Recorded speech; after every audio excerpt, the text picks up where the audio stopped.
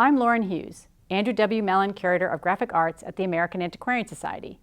Part of the curator's job is to connect audiences with AAS collections and provide context for the historical material preserved at the library. This video will introduce several types of printed 18th century American paper ephemera, including broadsides, trade cards, and billheads.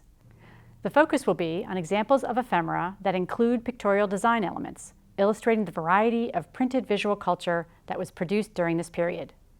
The word ephemera is used in libraries to describe historic printed material that served an immediate purpose at the time it was made, but was never intended to be saved.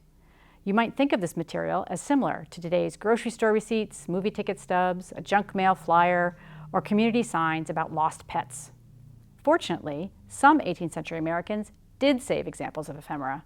Pictorial billheads ended up in business archives, invitations to dances were tucked into scrapbooks, and broadsides marking historic occasions were preserved for posterity. Surviving examples represent just a small percentage of the ocean of ephemera material that was likely circulating in America before 1800. Let's start with broadsides. By definition, a broadside is a single sheet object, usually but not always printed on just one side. They were nailed up at post offices and courthouses or pasted to fences and buildings where people could stop and read them. Because they were exposed to the elements, many broadsides did not survive. Broadsides alerted the general public to an upcoming event, reported on the news of the day, or circulated popular songs. This sheet, with lyrics for 2 ballads on one part and a poem by the 17-year-old enslaved poet Phillis Wheatley Peters on the other, was intended to be separated after printing. The ballad side would have been distributed in the streets by ballad sellers, and the broadside poem side, with the typical thick black borders indicating a death, would have been posted publicly. 3 broadside versions of the Wheatley Peters poem, all issued in Boston in 1770, survive today. Adding images helped draw the attention of passerbys to a broadside's message. This example from 1772 was issued on the 2nd anniversary of the Boston Massacre. The sheet includes a wood-engraved interpretation of the violent event meant to capture the eye of potential readers. Pictorial broadsides were also created for commercial purposes. Advertising broadsides announcing sales of enslaved people, including this one printed in Charleston, South Carolina in 1769, were made by local printers who purchased stock woodcut relief printing blocks for the illustrations.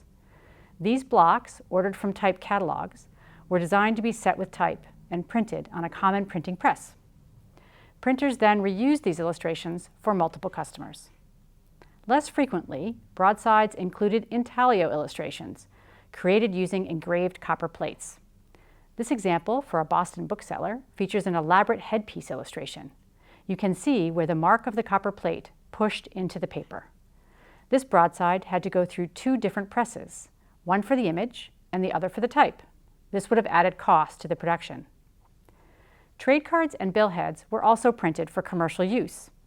Trade cards were given out to customers to promote services and provide shop addresses, while billheads were used to record orders and payments. Pictorial trade cards were created using both the relief and the intaglio processes, relief being less expensive and quicker to complete. Cards printed with the relief method typically feature very simple designs of decorative borders and lines of type. On intaglio printed trade cards, the pictorial designs and the text were all engraved together on one copper plate. This 1769 Boston example is typical. Jane Eustace sold imported fabrics and supplies in Boston until she was forced to flee the country under pressure from patriot boycotts. Intaglio printing was more expensive than relief, and it took longer to complete, but the engravings carried a level of cachet to the customer, and business owners could customize designs to their specifications. Some asked for depictions of their products, as in this 1765 example made by Paul Revere.